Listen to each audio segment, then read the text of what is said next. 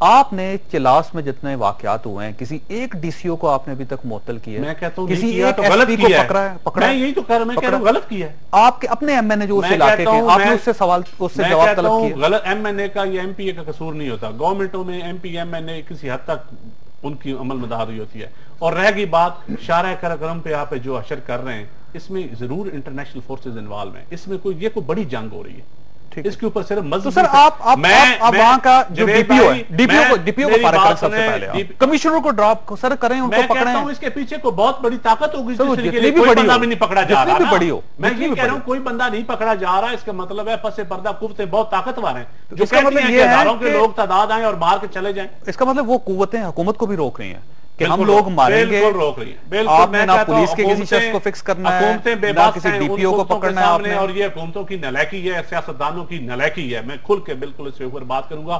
जब आप कभी कोई हिंदू मार रहा है, कभी कोई शिया टारगेट किल हो रही है, कभी किसी मस्जिद में हो रही है, और फिर एक फिरके के आप डॉक्टर को मार रहे हैं, उसके इंजीनियर को मार रहे हैं, उसके सिपाही को मार रहे हैं, उसकी मस्जिदों में आपका क्या हो रहा है इस मुल्क? इसका मतलब ये है कि हुकूमत का फेलियर है, रोल है, इसके ऊपर पॉलिटिशियन का रोल है, इसके ऊपर हमारी एस्टैब्लिशमेंट का रोल है, और सारों को बैठ के सोचना चाहिए। खुदा ने खास्ता बहुत अब लोगों में बहुत, और मैं समझता हूं कि पता नहीं शिया को इसलिए मारा जा रहा हो कि कल को अफगानिस्तान के ऊपर हमला करना, ईरान के ऊपर करना हो, क्यों मारा जा रहा है?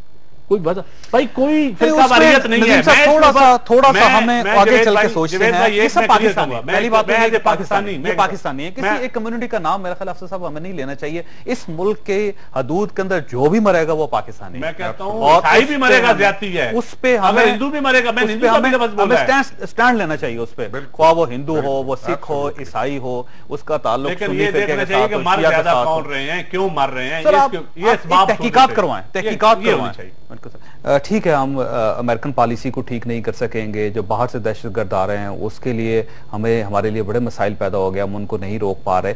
लेकिन ये जो फिरका वाराना फसाद हो रहे हैं पाकिस्तान के अंदर, वो तो जाहिर है फौज तो नहीं रोकना, और इसके अंदर जाहिर को अमेरिकन भी इन्वॉल्व नहीं होंगे, इसको रोकना तो हुकूमत का काम है। देखिए, इसमें यकीनन इंटरनेशनल इसमें बिल्कुल इन्वॉल्वमेंट है, इसमें कोई शक नहीं है। और फिरका वारियत मैं समझता हूँ स्टेट मशीनरी का बहुत ज़्यादा ज़रूरी है, और हमारी एजेंसीज जो हैं अगर इनका दिल हो तो फिरका वारियत नहीं हो सकती। कोई हमारे फिरका वाराना इशू नहीं है। आप समझते हैं एजेंसीज इन्वॉल्व हैं? मैं समझता हूँ एजेंसीज इन्वॉल्व होना और बात है, वो एक और इशू, नेग्लिजेंस है, नेग्लिजेंस है। और मैं समझता हूँ नैली कह सकते हैं आप, और हमारे इसमें ओपन डिबेट होनी चाहिए। ये हमारी गवर्नमेंट का भी रोल है, और इसमें गवर्नमेंट का बहुत ज्यादा अहम रोल है, पॉलिटिशियन का बहुत ज्यादा। पॉलिटिशियन को आप ये अपने मंशूर का हिस्सा बनाना चाहिए इस चीज के ऊपर, क्योंकि हम कौम को तकसीम कर चुके हैं। जब आप कौम को अपने हद तक तकसीम कर दिया है, देखें, जब आपका डॉक्टर, इंजीनियर, पढ़े लिखी कम्युनिटी आपकी महफूज नहीं है, आपका खा वो हिंदू हो, खा वो शिया हो, खा वो कोई हो, खा वो ईसाई हो, तो मैं समझता हूँ फिर वो लोग क्या सोचेंगे?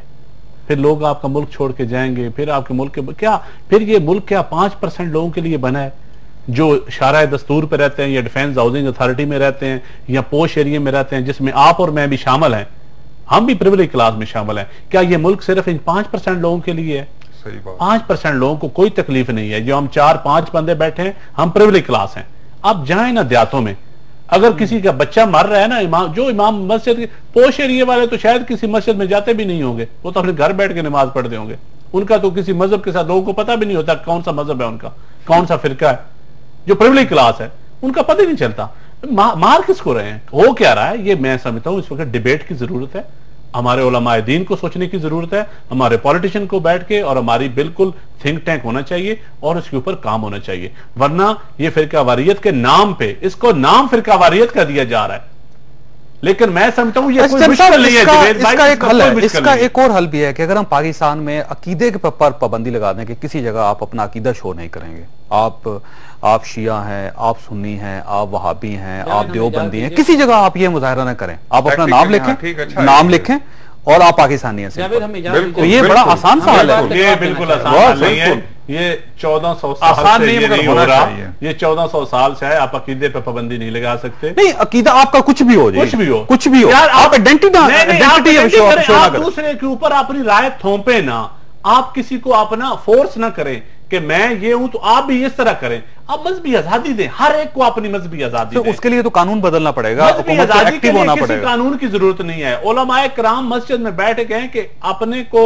दूसरे के खुदा को गाली मत दो ताकि वो तुम्हारे सच्चे खुदा को ना, ये हर चीज है हमारे मजहब। यहाँ पे तो हुकूमत इन्वॉल्व होगी तो नदीम साहब ये मामला, सर ये हुकूमत का रोल नहीं है, सबसे बड़ा रोल आप मीडिया का इसमें, सबसे बड़ा लोगों को अवेयरनेस देने की सबसे बड़ा रोल हमारे उलमाए दीन का है, मीडिया का, उलमाए दीन का। उसके बाद लेकिन देखिए अगर कत्लो गारतगरी हो रही है, अभी फैसलाबाद के अंदर भी एक वाकया हुआ, थाना सतियाना की हदूद में फायरिंग हुई है, एक मदरसे पे एक बच्चा इत्तिकाफ में बैठा हो तो वो वहां पे शहीद हो गया।